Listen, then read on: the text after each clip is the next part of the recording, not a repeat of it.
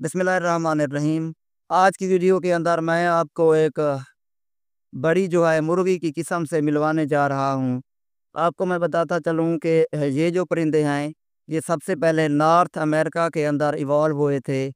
वहाँ पर जो लोग थे, उन्होंने इनको जंगलों से ढूँढा और इनको डोमेस्टिकेटेड बनाया, यानी घरों के अंदर पालना शुरू किया।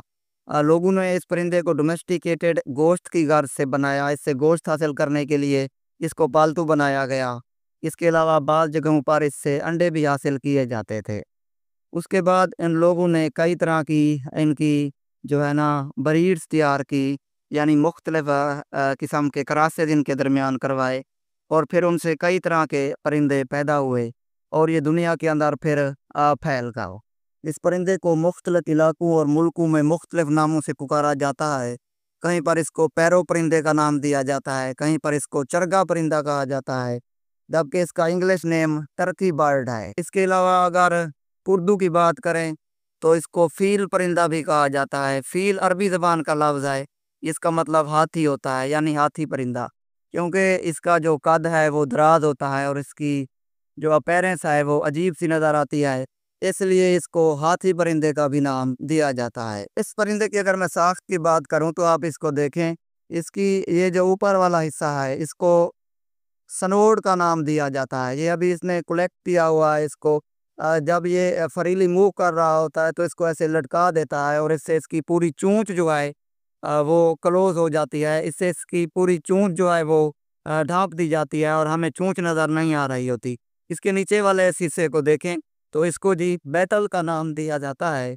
और ये बैटल जो है इनका मुख्तलिफ फंक्शन होता है। एक तो ये फीमेल्स को ब्रीडिंग सीज़न के दौरान अट्रैक्ट करती हैं और दूसरा इसको इस परिंदे में जो हीट पैदा होती है, उस हीट को जो है ना कम करने के लिए इनको इस्तेमाल किया जाता है।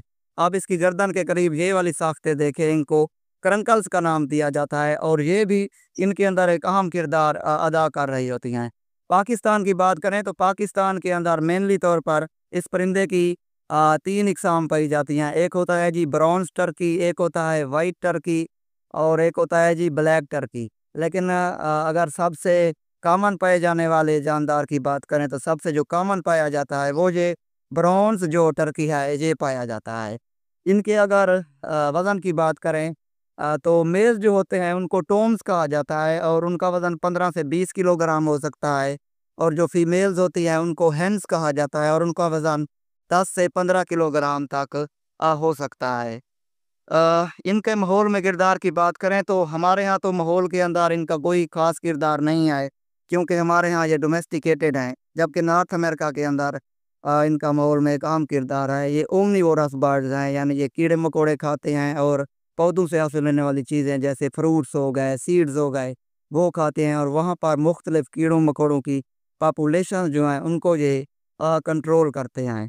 अगर मेल और फीमेल के फ़र्क की बात करें तो मैंने ये जो हाथ के अंदर पकड़ रखा है ये एक मेल बर्ड है। मेल की पहचान ये होती है, एक तो उसकी ये जो वेटल्स हैं ये बड़ी होती हैं फीमेल की निस्बत है। दूसरा जो होता है सबसे जो मेन और बड़ी निशानी है, मेल के जो पाँव है ना लेग, उसके ऊपर सपर होते हैं। जैसा कि आप देख सकते हैं ये एक कील नुमा साख्त आपको नज़र आ रही होगी। ये जो कील नुमा साख्तें हैं आप देखें इसके पाँव के ऊपर मौजूद हैं, इसलिए ये एक नर है। इसके अलावा और भी काफ़ी सारी चीज़ें होती हैं जिनकी वजह से हम नर और मादा के अंदर पहचान कर सकते हैं। जैसा कि नर का कद बड़ा होता है और इसके अलावा उनका वज़न भी क्या होता है जी ज़्यादा होता है।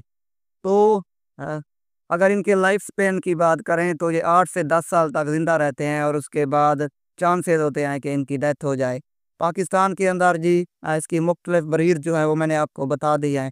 पाकिस्तान के अंदर बाज़ जगह पर इसको खूबसूरती बढ़ाने के लिए जो है ना वो रखा जाता है और बाज़ जगहों पर इसको गोश्त हासिल करने के लिए भी इस्तेमाल किया जाता है। इनकी टाँगें लंबी होती हैं और वाइल्ड के अंदर इनकी भागने की स्पीड काफ़ी तेज़ होती है।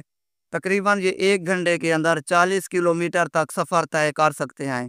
हमारे यहाँ तो ये डोमेस्टिकेटेड हैं इसलिए एक ही एरिया के अंदर घूमते रहते हैं, लेकिन जहाँ पर वाइल्ड में ये ज़्यादा एग्रेसिव भी हो सकते हैं और बाज़ औक़ात इंसानों पर हमला भी कर सकते हैं। लेकिन डोमेस्टिकेटेड जब होते हैं तो इस तरह की ये खसूसियात ज़ाहिर नहीं करते। पर जो छोटी सी मालूमात थी जो हमें मालूम थी आपको बता दिया है।